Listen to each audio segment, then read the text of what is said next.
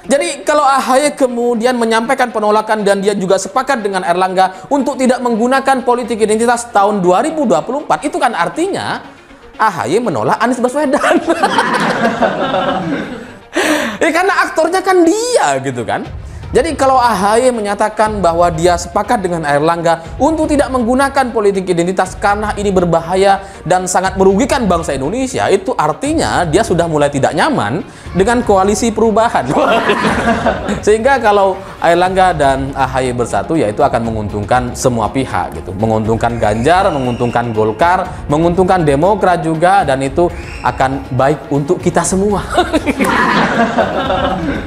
Karena kalau memaksakan bertahan di koalisi perubahan, AHY terancam nggak dapat apa-apa gitu. Maka pertemuan Demokrat dan Golkar sudah cukup.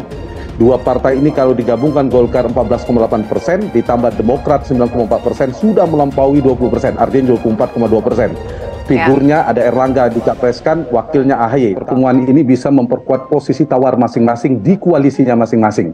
Kita tahu di koalisi perubahan, posisi cawapres hingga saat ini belum bisa dikunci oleh AHY dan Partai Demokrat.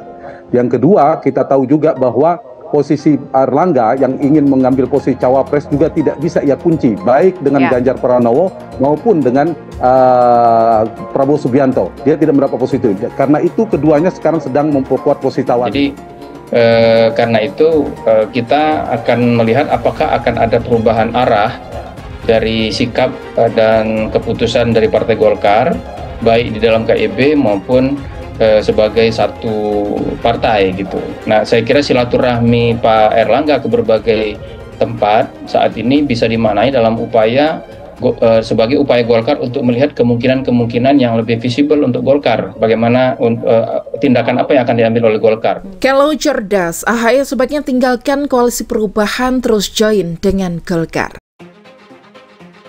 Bertemunya Erlangga Hartarto dan SBY juga sempat bertemu AHY, membuka peluang koalisi antara Golkar dan Demokrat. Meski kata sepakat tampaknya masih agak jauh, tetapi penjajakan ke arah sana mungkin akan membentuk kekuatan baru pasca deklarasi Ganjar Pranowo sebagai capres pada 21 April 2023 yang lalu. Jika menyimak statement AHY yang seolah mengamini ucapan Erlangga bahwa pihaknya menolak penggunaan politik identitas demi kebaikan bersama pada Pilpres 2024 nanti, sepertinya AHY dan Demokrat sedang menyiapkan tindakan ancang-ancang buat minggat dari koalisi perubahan yang semula digagas oleh Nasdem.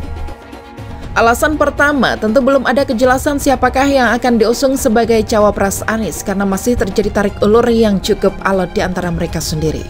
Nama AHY meski sempat ditawarkan, tetapi tampaknya sukar mendapat restu Anies yang kabarnya diberi keleluasaan buat menentukan siapakah cawapres pendampingnya. Enak benar ya kalau dipikir si Anies ini, kader partai bukan, dapat tiket sebagai bakal capres dengan mudah. Juga diberi keleluasaan memilih pendamping. Itu kalau elit partai koalisinya setuju sih, namun tampaknya susah melihat SBY merestui koalisi itu akan berjalan dengan tanpa AHY dalam paket calon pemimpin yang akan didaftarkan ke KPU. Alasan kedua, masa depan AHY akan tampak suram kalau tetap join dengan koalisi perubahan. Dengan potensi kumpulnya pegiat taktik politik identitas hingga ahlinya surga neraka di kubu tersebut, maka citra AHY dan Demokrat bisa sedikit tercoreng. Apalagi setelah AHY mengklaim dirinya menolak politik identitas digunakan pada Pilpres 2024 nanti. Apa kata orang kalau dia menolak tetapi tetap berada di satu gerbong dengan PKS dan Partai Umat dengan mengusung bapak politik identitas sebagai capresnya.